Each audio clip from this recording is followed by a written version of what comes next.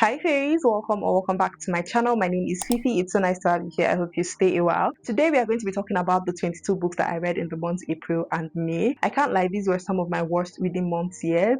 Honestly, this entire year has been really bad when it comes to the books that I have been reading. I don't know what's going on. I think it's mostly because I have been reading ARCs, and you will see, as I tell you about these books, most of them were ARCs. But you would expect that books that are being released in the year 2026 would be good.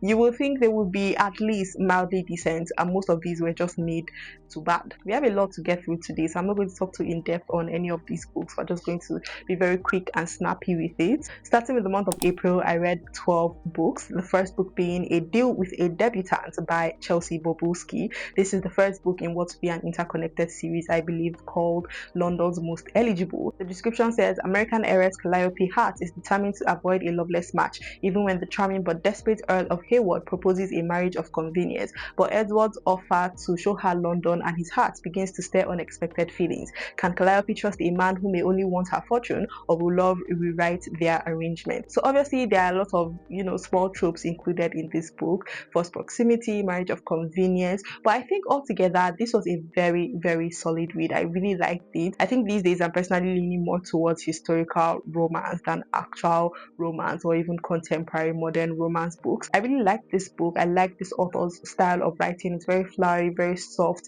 very warm and cozy. It just has this very romantic atmosphere that immerses you in the story. The whole thing was very sweet and wholesome at the end of the day. I can't lie, the middle started to be or feel a little bit redundant, but it all came together sweetly enough. I think the ending was kind of corny, but I think this is one of the better romance books that I have read in a very long time, and I'm excited to continue this series whenever the author does put out the next book. So I gave it 3.75 stars. It could have been better, but honestly it could have been worse. The next book, a romance that actually was bad, La Dolce Vita by Caitlin Alice Gilbert. I actually listened to this on audio. Netgalley granted me the audiobook arc. This is a debut novel that follows Congresswoman Isabella Rhodes. Steamy text messages between her and her opposing candidate Levi go public right before the election, and her reputation takes a nosedive. People like are hating on her, saying different things about her. She has to withdraw from the race entirely, and her life obviously is just not going great. She decides to kind of run away essentially to the gorgeous Italian village of La Musa, where she last visited when she was 19. So she goes there to kind of lick her wounds, recover, get herself back, and yeah, she ends up falling in love with somebody there, person that owns the inn that she lives in essentially. Honestly, this book started off very promising. I can't lie. I thought that it would be a very nice, quick, easy book with enough depth and enough heart that takes away from what I knew would be a lot of corniness. As the book continued though, it just got sillier and sillier. The writing got even more scattered. The plot was like so dumb, and while I really liked the small town romance setting, I felt like it was done in a very shallow way. None of the characters had any real story about them and no real substance or depth within this small town of multiple people, and it just felt like everything was done to kind of propel our main character upwards, and then somehow we got this romance with a guy that I didn't even necessarily fuck with. I think they didn't have actual chemistry. He was kind of bland, and everything was just a little too much, but also giving nothing at the same time, which was very upsetting to me. I think at the end of the day, this just lacked any actual substance, and it was just ultimately very forgettable. I honestly am like trying to remember as much as I can as I'm talking to you right now, but like everything's pretty much lost on me, can't lie. So I did give this book 2 stars. It wasn't like the worst thing ever, like it could have been a 1-star book, but like it was pretty bad.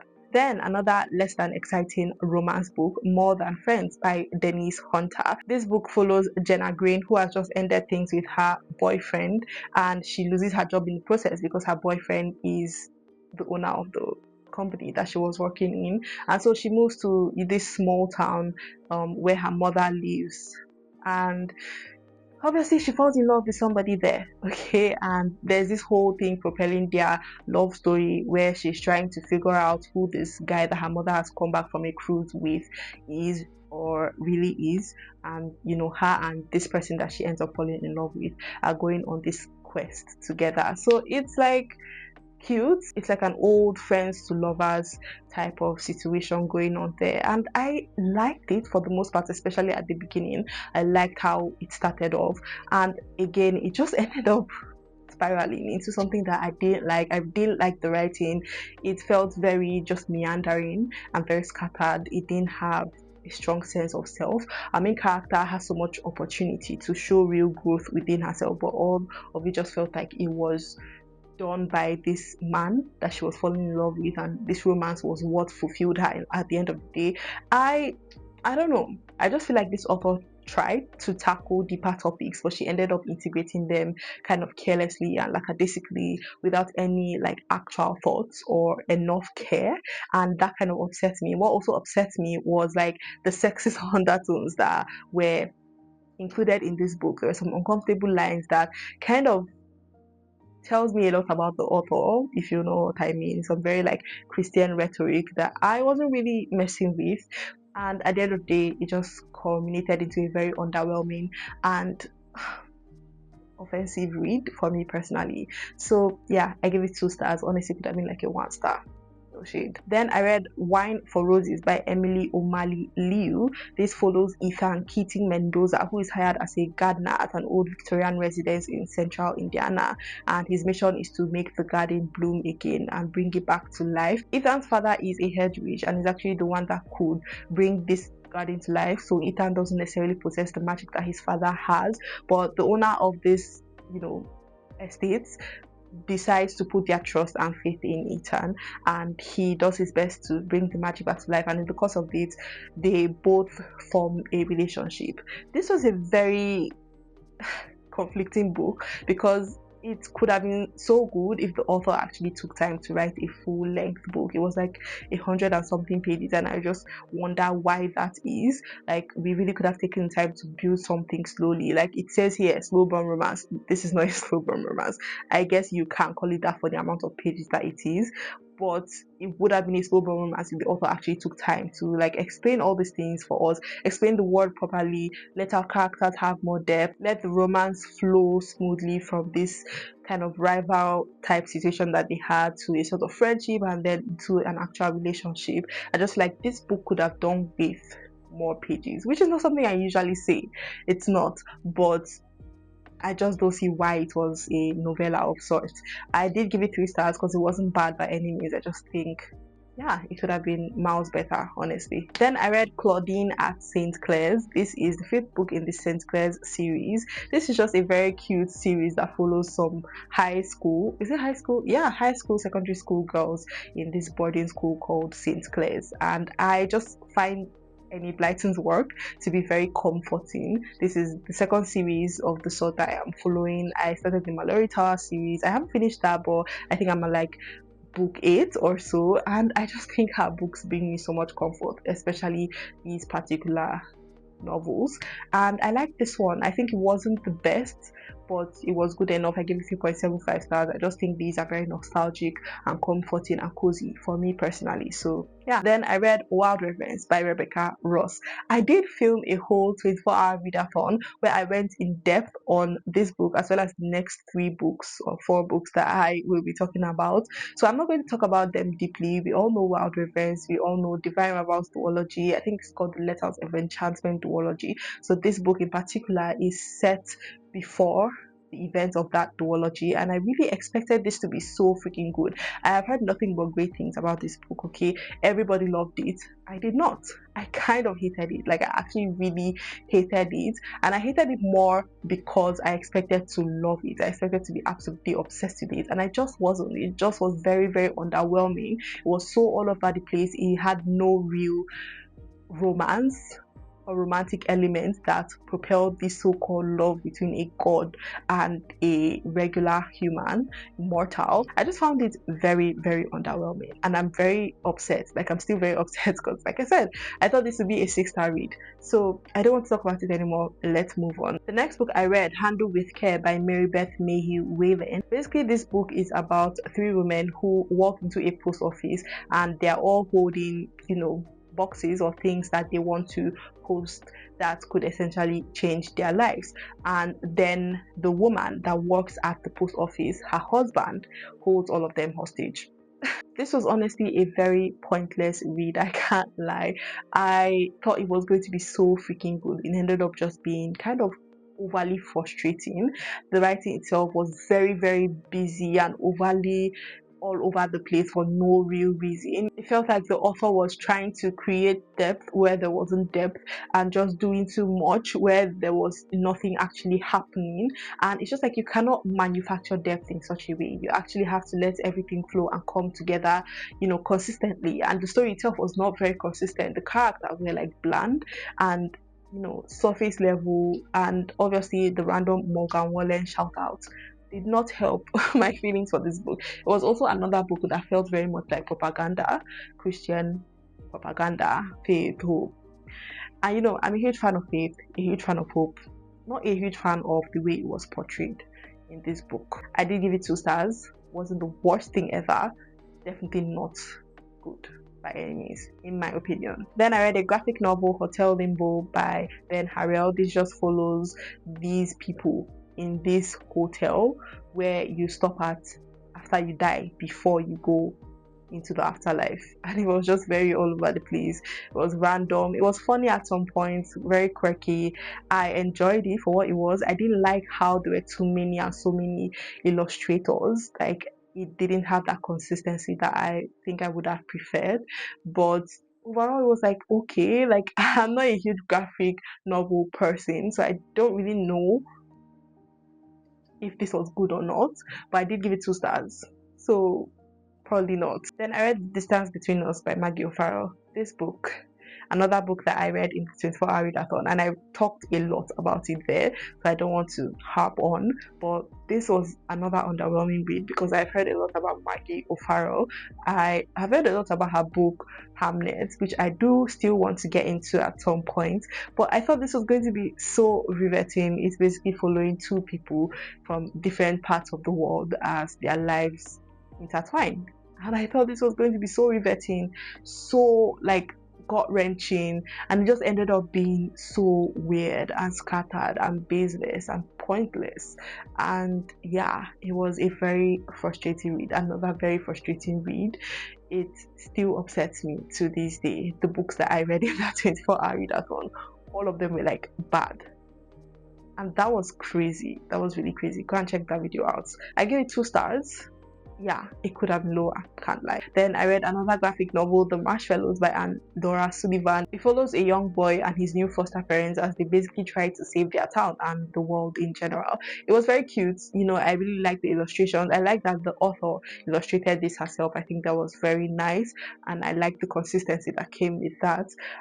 Overall, it was just very like childish and juvenile, which obviously you would expect, but it was wholesome at the end of the day. I enjoyed it for what it was. I give it 2.75 stars.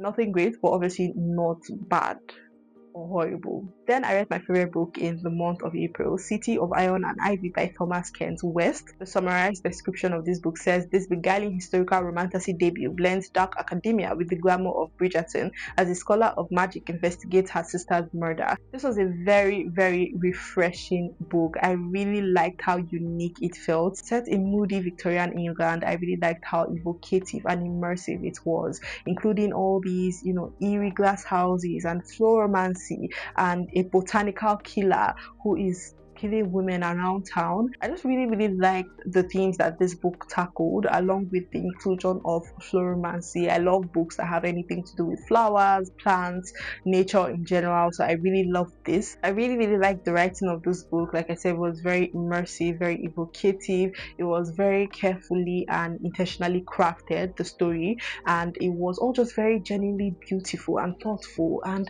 I just had a really, really great time. Honestly, I am craving the feeling that I was feeling when I was reading this book, because it was that good. I did give it 4.25 stars, so it wasn't the best thing ever. I think the fact that this book is tagged as a romantasy kind of does it a disservice, because the romance honestly didn't feel like the main point or plot of the story, and I feel like the characters didn't spend as much time as they should have if this actually was a romantasy. I also think at the end of the day, this had more to do with our main character and how she came into herself as a woman and as a person, how her searching for her sister who has gone missing helped her to find herself as well. The writing and flow of the story was very romantic in a way that made me feel like, oh, I can't believe a man wrote this. But then there were also some lines within the book where I was like, oh, that makes sense. A man did in fact write this. At the end of the day though, like I said, I really enjoyed this. A very solid read. I can't wait to see what this author does next. Honestly, I'm tuned in. Then I read Odessa by Gabrielle Sher. The description of this book says, in a powerfully imagined Russia at the height of the pogroms, a grief-stricken family turned to ancient magic to bring their daughter back from the grave,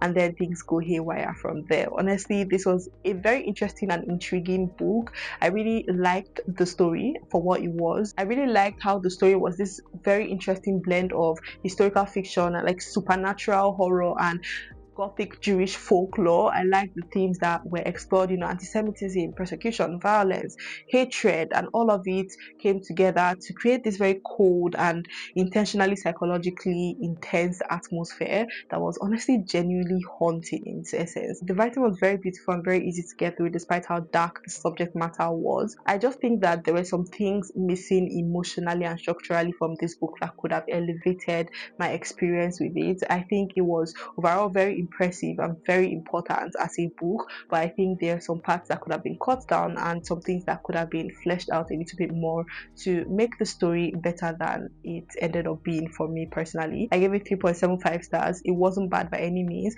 but it wasn't as good as I believe it could have been if the author did a little bit more work. So yeah, now on to my May reads. I did read 10 books in the month of May, and all of them were NetGalley arcs. The first book I read, Spies, Lies and Alibis, which followed Sibyl and Ben as they basically tried to uncover this whole crime situation together. They tried to take down this crime boss. They had something going on in the past and they got separated and haven't seen each other for years, and now in the midst of this criminal network they are pushed back together, and it says they were each other's first love, now they might be each other's last hope.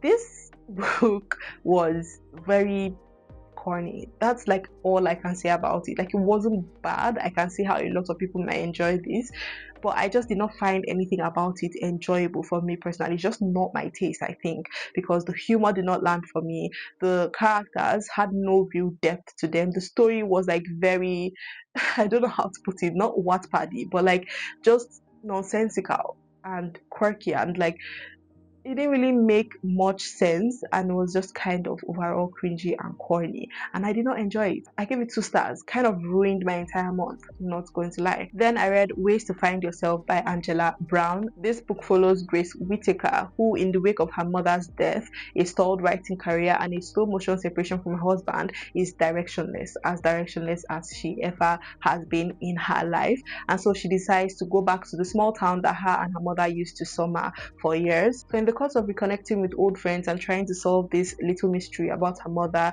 and revisiting a love that she left behind, she is forced to remember who she is, as this says, and she finds herself in the course of it all. So yeah, I gave this book 3 stars, not because it was bad. I just don't think it was for me. I just don't think it was tackled in a way that I personally enjoyed. I didn't love the magical realism aspect of this book, and I do think it's something that I'm slowly realizing. I might not be the biggest fan of magical realism, especially in modern settings. I think that the writing alongside the setting of the story and the story in general was very evocative and immersive, and I like how it felt like a beach read of sorts, a very quick, easy beach read that you can, read honestly in one sitting because the writing was that flowy. I just think at the end of the day, the plot, the romance, and the overall story did not resonate with me as much as it should have. I felt like the main character was a little too whiny. I just did not understand the point of the story, because at the end of the day, I didn't feel satisfied by anything. But I did give it 3 stars because I think the writing, like I said, was very solid, and the idea and the thought was solid and had potential, and I might be interested in reading more of this author's work. I just don't think this book was for me personally, and that's okay. That's fine. Then I read The Color of Time by Millie Abekasis. This follows Princess Zaire, who has always been faithful and true to her family, her country, and her goddess. Then her brother, who is the king, commands her to marry him. And because of doing this, she tries so hard to evade his wiles, tries so hard to evade this marriage that is obviously very wrong and incestuous. And she runs away. We have this sapphic romance between her and someone from another town.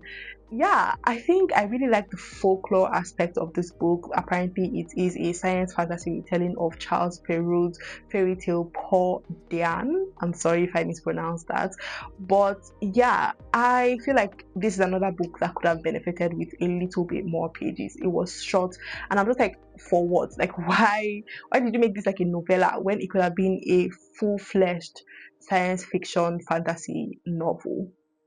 I just did not understand that, because everything just felt too rushed, and at the end of the day didn't feel as satisfying as it should have been. But I did really like the writing. I thought it was very, very flowery. I liked the narration, storytelling, style of writing that the book had, and I might be interested in reading more of this author's work. I just feel like this one had potential that just wasn't tapped. So I gave it 3 stars. Honestly, this is a very beautiful cover. Looking at it now, stunning. Then I read a graphic novel, The Book of Murmurs by Candice Perwin. This book is literally about the Book of Murmurs, a storybook that Little Moon's mother reads to her at her bedtime. But one day, her parents are spirited away by the frightful Shank, and the book is stolen by the mischievous Cat Witch. So Little Moon goes on this quest across different worlds to piece her own world back together, find her parents, and put things right. So yeah, it was a very, very whimsical, very just confusing book. I can't lie, I was very much confused a lot of the time when I was reading this novel. It took me so much longer than it should have, because so much was happening, and also like I just didn't understand the point. But I guess at the end of the day it came together very wholesomely. It was very cute, very sweet. I just don't think graphic novels are necessarily for me, but they are like really nice to read in the moment, I guess. And this was a nice book to read and finish. I just feel like it would have been better as an actual full-fledged book. But I did like the illustrations. I think the illustrations were very beautiful, and I like the style. But yeah, I gave it 3.75 stars. Could have been better. Obviously could have been worse. Then I read another graphic novel, Wicked Spot by Sao Jiang. Honestly, this book is so unserious. It's basically about this girl who is a witch, and then she finds out about the modern world. She finds out about phones and the internet, and she becomes an influencer.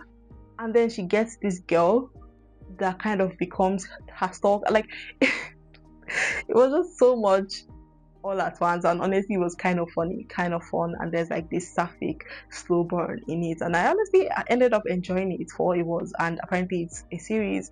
I might be continuing this series when it comes out. I gave it 3 stars. Honestly, one of my more serious ratings, but whatever. Then I read Murder on the Rocks by T.E. Kingsley. This is the 13th book in the Lady Hardcastle Mysteries series. I had no idea that this was the 13th book. I thought it was just a random book, and I requested it on NetGalley, and it granted me the book. And it was the audiobook that I was given, so I did enjoy listening to it. I thought the narrator did pretty well. This series follows Lady Hardcastle and her lady's maid Flo, who end up like solving crimes wherever they go. And this crime basically was at this remote island that they were invited to by their friend, and somebody dies, and obviously they try to figure out who done it. So it was definitely like a who done it type book. It was definitely like Glass Onion-esque, definitely very Agatha Christie inspired, and overall it was a very interesting listen, but it was quite predictable and a bit redundant. It just didn't give anything new or fresh, and I think that is the purpose and essence of the story and this series in general. Is nothing too deep, so don't go in expecting anything to below surface level. But yeah, it was like a solid listen. I had a good enough time. I give it 3.75 stars, and I might be going back to read or listen to more books in this series, because it's just like a very quick, easy, fun time. The next book I read, Missed Connection by Amy K. Ronya. This is a women's fiction novel that basically follows Sabrina Sorensen, who is 37, single, and recently let go as manager of a posh Parisian restaurant. So one day, after a very tumultuous time with her family. She goes to the airport, but she has nowhere to go, and in the course of this she meets a fairy godmother of sorts. It is a magical realism type book. This fairy godmother offers her tickets to multiple versions of her life, and she gets to experience that.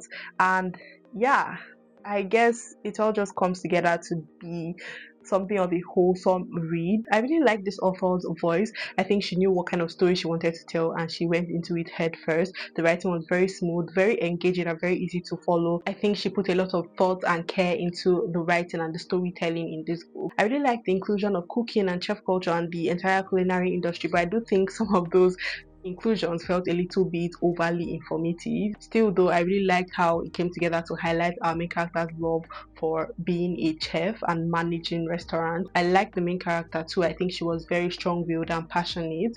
I do think that at some point she ended up coming off a little bit whiny, and too whiny for my personal taste.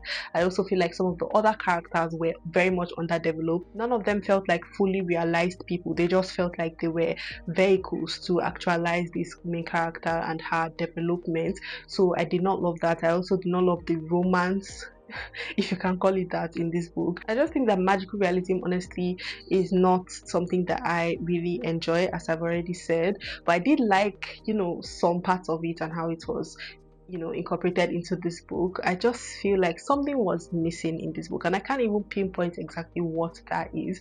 I just could not connect whatsoever to this book. Oh, not whatsoever, I mean, I connected well enough. I gave it 3 stars. So like, it was an okay book. I just couldn't find anything truly memorable about it. Then I read The Other Parker by Sarah Zane. This follows Britannia, whose one goal for her junior year is to destroy Sean Parker because of how he cheated on and broke her cousin's heart.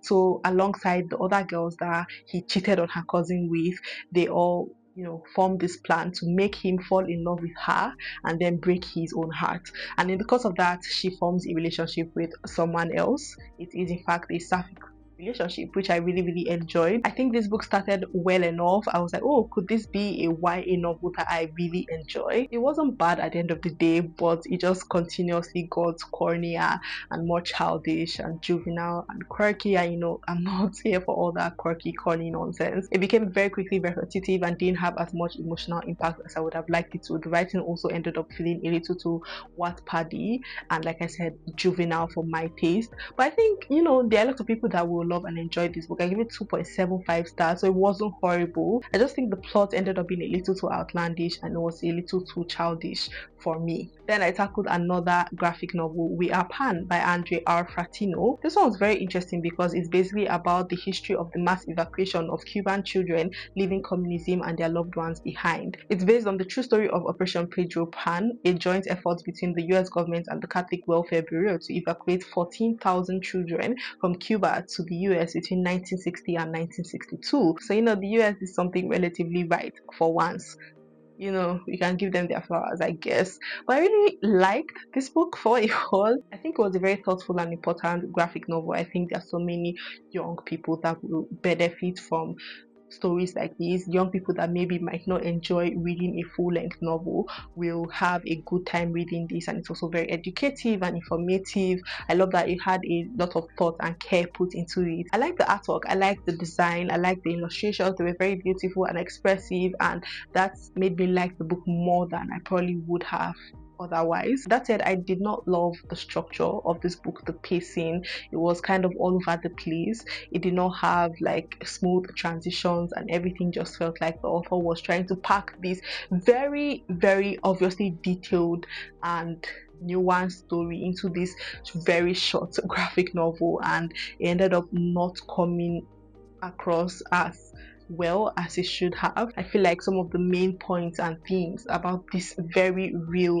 very tragic historical event could have been tackled a lot more, deeper, and could have been fleshed out in a longer graphic novel or an actual book. And that's just my thing with graphic novels, because they never deliver what they could have delivered if the book was an actual book. You know what I mean? So I gave this 3 stars. It wasn't bad by any means, but it was just like an okay book for me personally. Finally, in the month of May, I read Grief Eater by Emma Osborne. This is a very weird interesting book. It's a horror novel, I guess, that follows Christina, who has been bitten by a zombie and now wants to wreak havoc on her family, who caused her to have a very tumultuous childhood. It says here she is rageful, powerful, and hungry for the blood of the ones who were supposed to love her. With a newfound craving to see vengeance and grief served, she launches into a once in an undead lifetime journey across blood-slicked highways to the scorched Australian bush and her hometown. As her body feels and her mind fractures, she is left with one final question: is she here to forgive or to feed? While this book was like 90 something pages long, I really liked it. Okay, I do think it could have benefited from being a lot longer. Once again, I feel like if it was a longer book, maybe 100 and something pages to 200 pages, I would have liked it even more, because we would have had real emotional connection to this character and would have gotten some of those themes fleshed out a little bit more. But for how dark and gruesome and gory it was also very heartfelt and emotional. And honestly, I really enjoyed it. I really had a great time reading it. It packed a lot into the short page counts. Okay, it blends body horror with grief and trauma and revenge and queerness, going from being cast away and aside because of your queerness to now having the power to inflict harm and pain upon the people that cast you aside, the people that were supposed to love you in the first place, and grappling with the decision of killing or forgiving them. And I really like how that was explored in this book. I just wish that it was longer, so I gave it 3.75 stars. It was a very solid read. I am very curious now as to what more Emma Osborne has up her sleeve. And yeah, those are all the books that I read in the months April and May. Like I said, not my best, okay, not my best reading month, but we move. Hopefully this month June is better. Can't lie, it's already not looking great for us. But yeah, let me know if you've read any of the books that I spoke about in this video, if you liked them, if you did not, if you would like to read any of the books that I spoke about in the video. Just talk to me down below. I love reading and replying comments. It's one of my favorite pastimes. Don't forget to like, comment, subscribe, and also follow me on Instagram if you want to be book besties or just besties in general. I would really love and appreciate that. But for now, I will see you guys in my next video. Bye!